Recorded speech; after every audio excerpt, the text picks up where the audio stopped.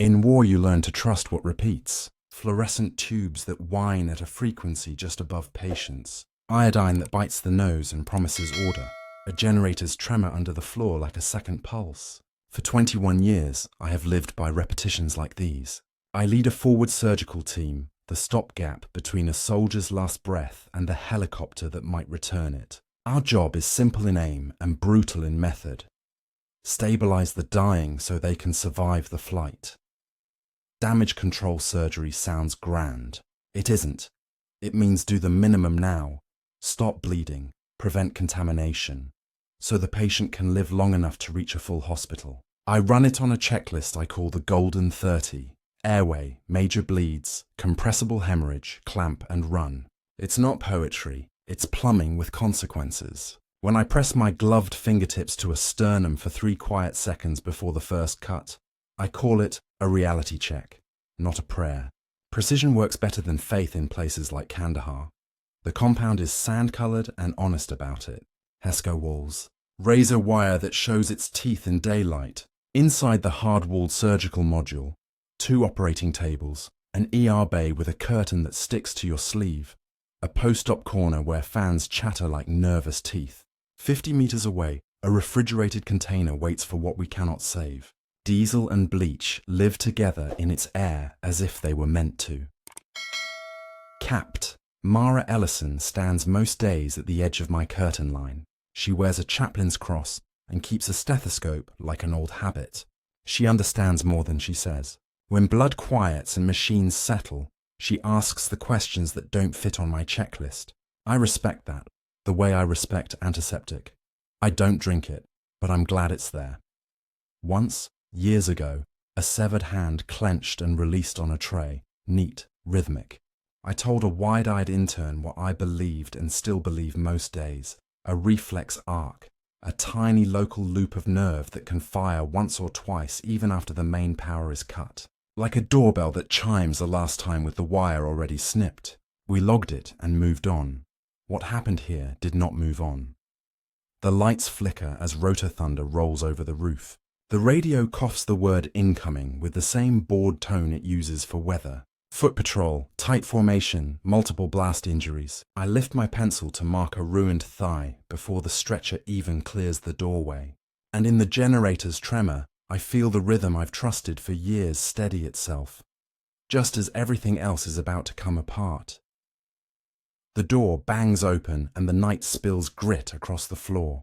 The stretcher wheels jump the threshold. Sand rides in on boot soles and finds every seam in the tiles. I don't waste adjectives in a mass casualty. The only words that matter are counts. Airways patent or not, pulses present or not, bleeding controlled or not. One soldier is already beyond us. Thoracic cavity collapsed like a tent in sudden wind. 2 more still in the narrow corridor between now and never. Tourniquets bite high and hard. Ketamine in. It buys us a quiet brain when pain would riot. Ellison murmurs a prayer I have learned not to hear as a claim, only as scaffolding for the hands that tremble less when words accompany them. My pencil touches skin, a ruined thigh, pulsing arterial in bright arcs. The line I draw is a guillotine line because time is the only sovereign here. We move to amputation because exsanguination, fatal blood loss, kills faster than any subtlety. I don't dignify the saw with names. It is a tool that spares a life by claiming a limb. We pass the first leg to the scrub tech. The chain of custody label waits. Date, time, patient code, surgeon initials. We do this because parts must be matched to bodies, because families deserve what can be given back, because discipline keeps the mind from making up stories to survive itself. The foot flexes. Not a dying twitch. Not the small, stuttering pull you see when residual charge evacuates nerve. The ankle plantar flexes, heel down, toes forward, a pointing gesture across the aisle. Toward the second table, where the patient's friend is being prepped. Instruments still in my hands. I feel the team go silent as if a valve shut. Silence always has a shape. This one is circular and sharp. Stray current from the cautery, I say, because that is the first box we check when steel and electricity share air. Electrocautery is a heated wire fed by controlled current. It seals small blood vessels by burning them closed. We cut power. We test insulation. A nurse brushes the limb bag seam with her knuckle and flinches as if she expected a bite that doesn't come. The foot points again, then taps. 3 beats, measured, like a cadence shouted across a drill field. The generator hum lifts a half step. Or maybe it only seems to because no one is speaking. It costs nothing to return to work.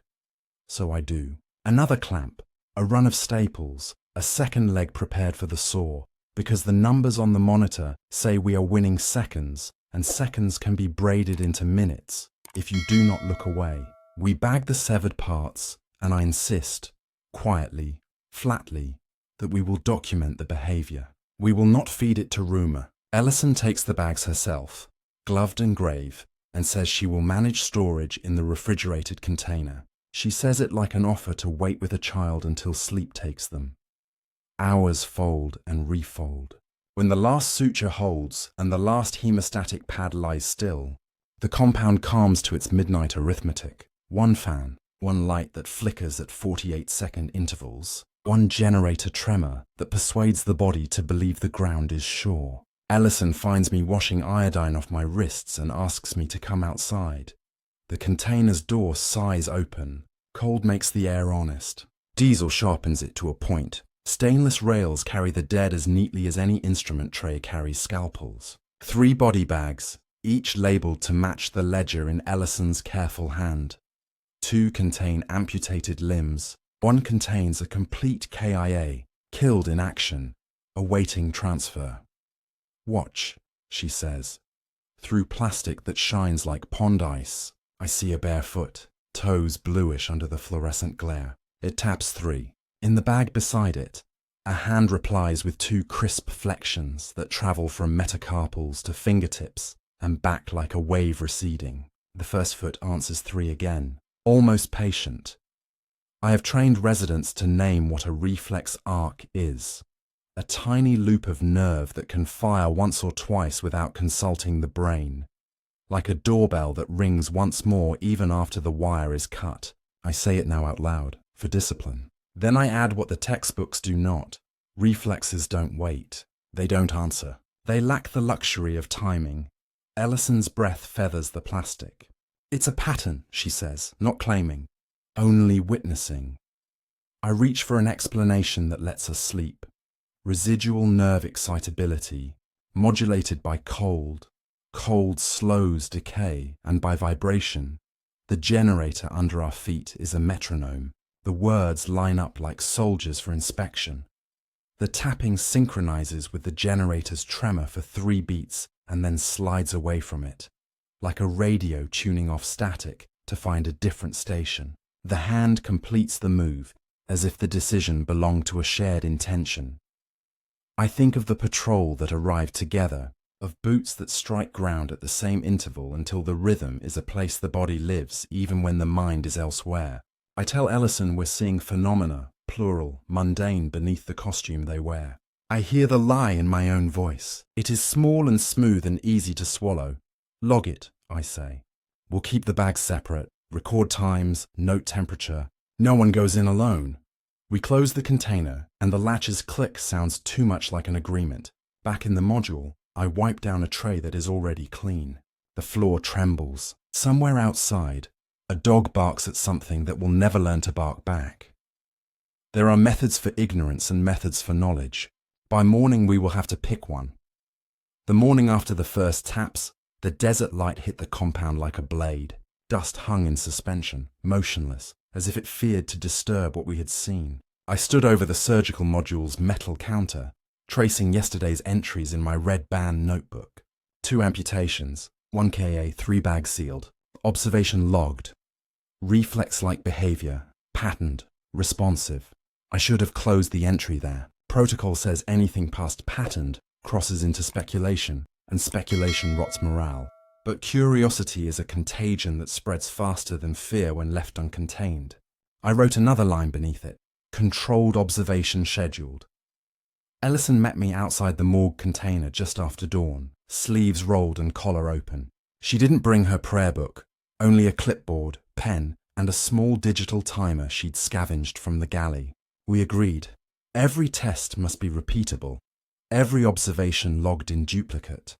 The container exhaled cold as we opened it, diesel fumes mixed with disinfectant until the air felt electrically dry. 3 body bags, condensation pooling at the folds. I explained what we would do, as much to steady myself as to instruct her. Controlled observation matters, I said.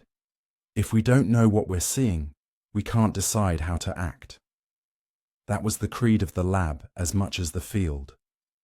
We set a phone on the shelf between the bags, metronome app blinking red, 80 beats per minute, slow enough to observe, fast enough to engage.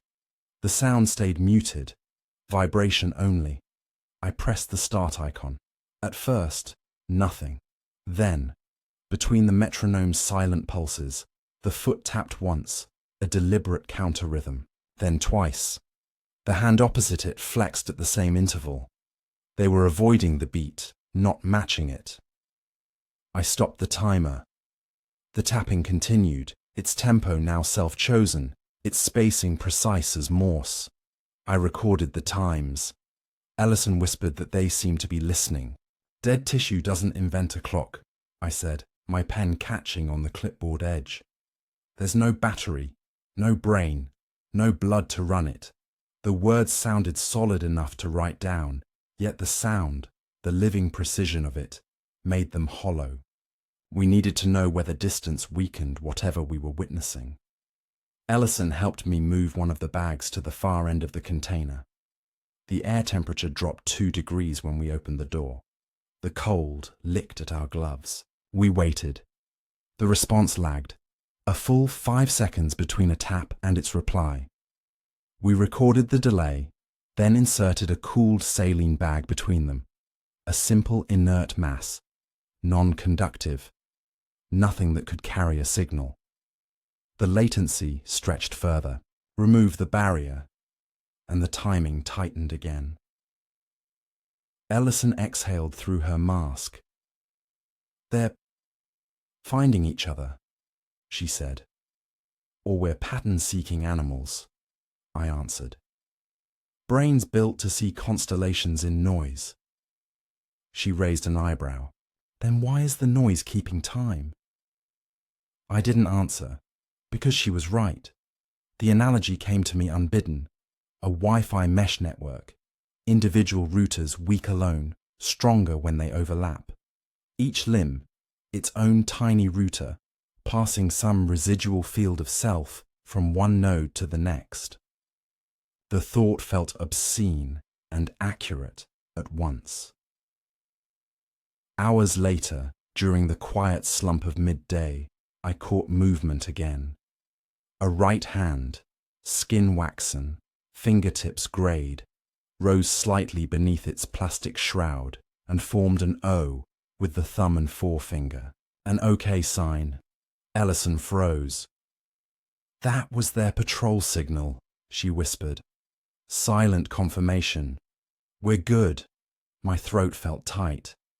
I had seen spinal arcs make fists, jerks, even the occasional thumb flex, but never communication, never an act that belonged to a unit's private language.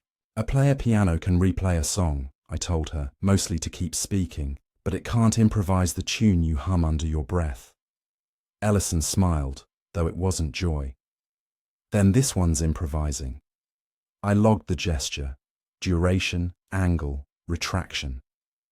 I noted that it occurred without external stimulus, and I added a phrase I would regret writing, intent unconfirmed, but suggested. Reviewing the logs that night, a pattern unfolded.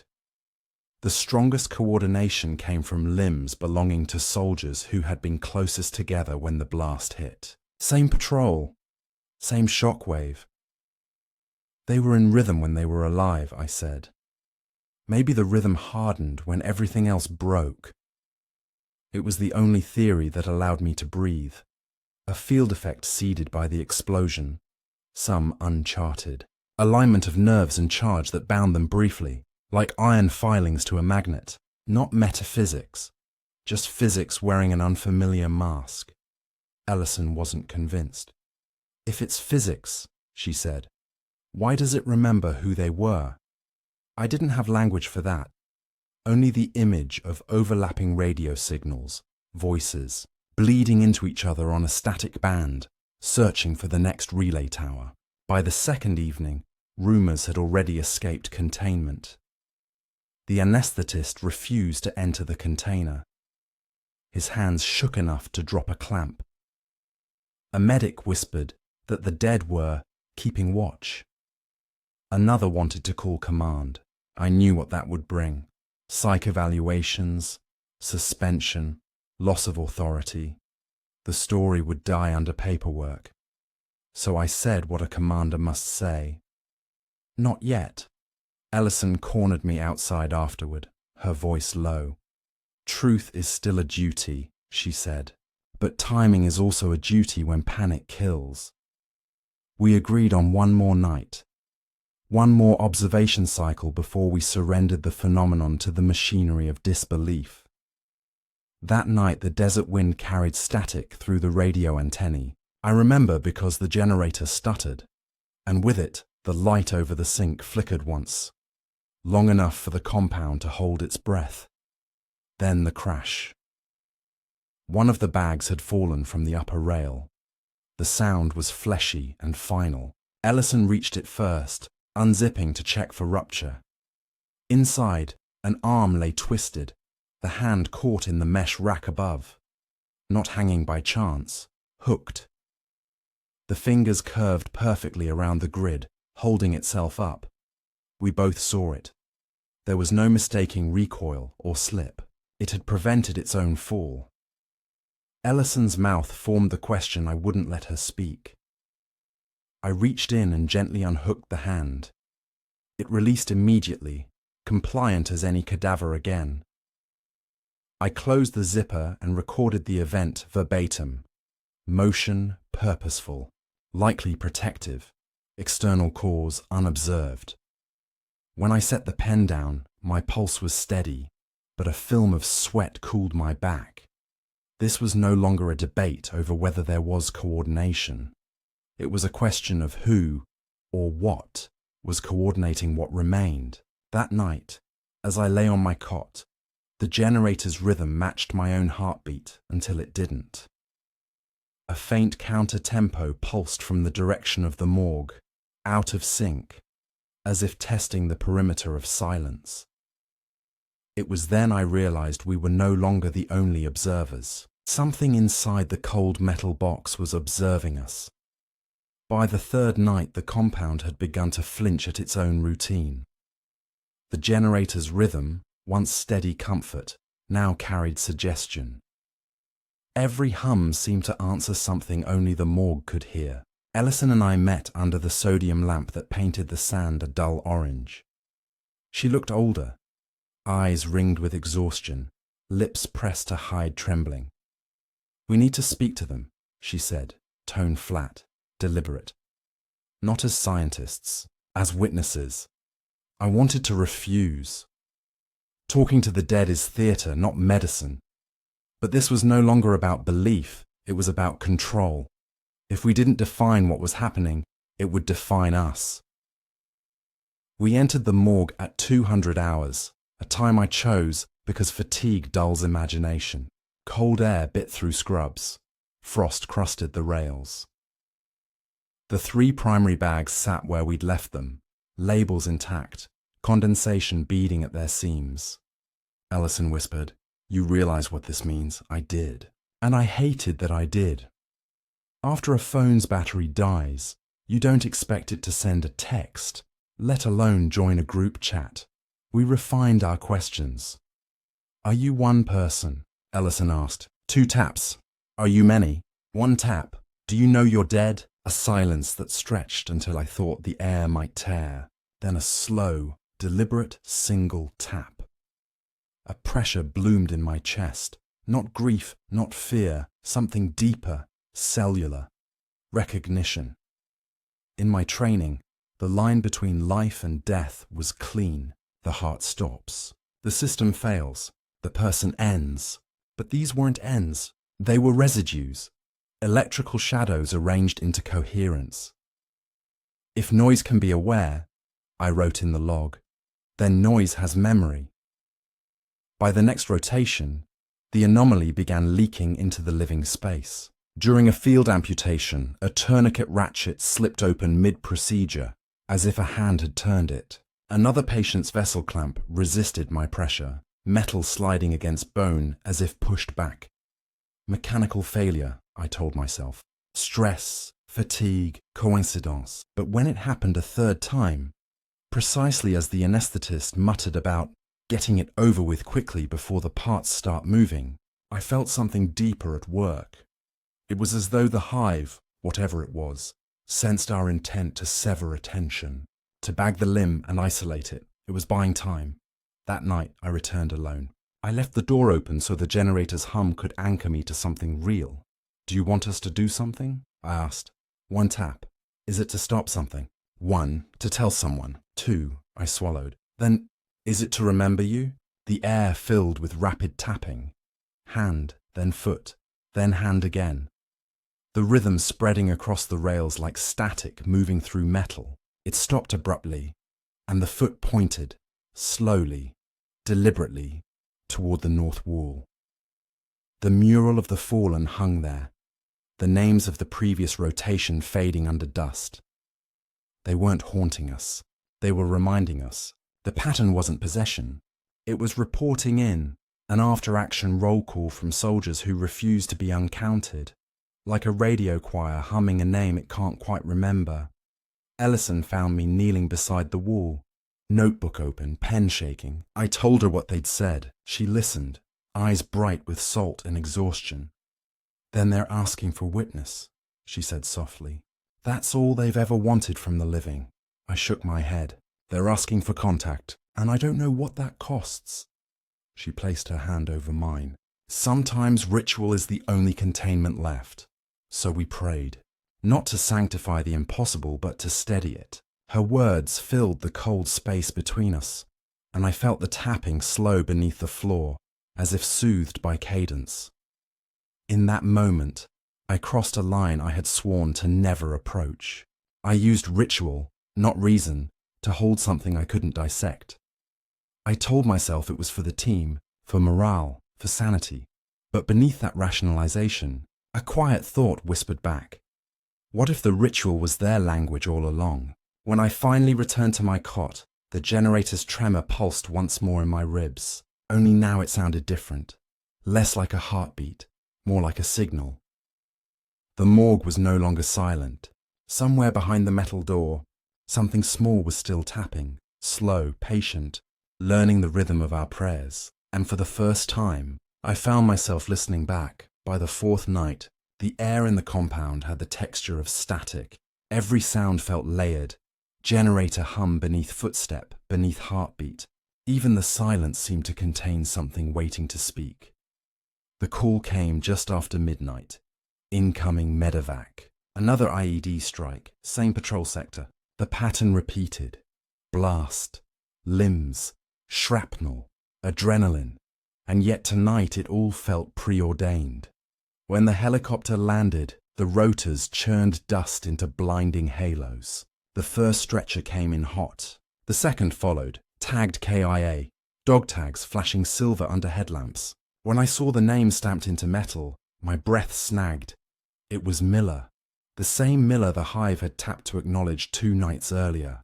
Under floodlights, the OR became a crucible. Sweat slid between my shoulder blades. Grit clung to gauze and gloved fingers. We worked without speaking. One man's femoral artery ruptured mid-transfer. Red fountain, quick clamp, compress. The monitors wailed, and I barked commands in the voice of someone who still believed in protocols.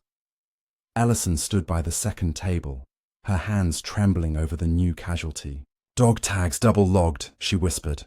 "Command already marked him dead in the last incident. A clerical error, maybe, or something else, something recursive." When the final suture held, I straightened, dizzy with dehydration. Around us, the room felt smaller, the air thicker. The only sound was the rhythmic, distant tapping from the morgue container. No one wanted to name it, but every face said it. They're calling roll again. We gathered inside the container at 0300. The metal walls sweated cold. Our breath came out as mist. This time, I brought a clipboard, a grid drawn in pencil, numbers for each bag, letters for identification. I started with the simplest question. Are there more of you now? Immediately, the entire container vibrated.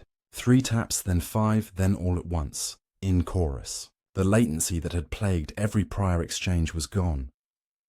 Answering faster, I murmured. Ellison nodded. Or they're finally hearing us properly. We ran tests. Indicate your number, I said. Bag 2 tapped twice. Then bag 4 followed with 2 more, offset by a precise half-second. Error correction, redundancy. I explained to Ellison what that meant in plain terms. When radios send messages, they repeat data in different ways, so the receiver can check what's true. The limbs were verifying each other. Error correction. Dead muscle could contract, dead nerves could spark, but they couldn't confirm across space. Not without something like thought. We began asking questions. Ellison did most of the speaking. Her voice carried calm that mine had lost. Do you want your names recorded? Yes, 1 tap. Do you want us to stop surgery? 2 taps? No. Do you want us to connect you to the others? A long pause, as if the question required confronts. Then 1 tap. Yes, how? I asked. The response came as a chain. Hand, foot, hand again, each pointing slightly toward its neighbor. They want contact, Ellison whispered. We hesitated. Then she peeled back a layer of plastic between the first 2 bags, just enough for skin to touch. At the moment of contact, a slow wave traveled through the limbs, one subtle contraction passing into another, a ripple moving hand to foot to hand. Then all 3 fell still.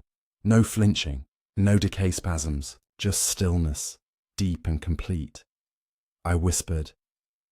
They synchronized. There's no circuit here, I said aloud, forcing myself to analyze. No blood, no oxygen, no central command. Then maybe, Ellison said quietly, they don't need one. We resumed questioning. Are you one now? 2 taps. No. Are you many who can act as one? Yes.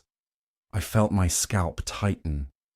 Identity here, I said, voice flat to steady myself, is behaving like a field, a pattern that remembers habits and recruits nearby nerve tissue to run them. They're borrowing hardware.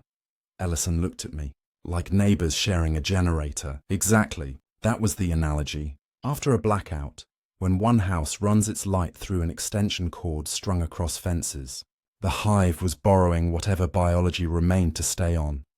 Not indefinitely, but long enough to be counted. I thought of Miller's name on 2 lists, the living and the dead. The same signal, broadcast twice on different frequencies. We had changed something by joining them.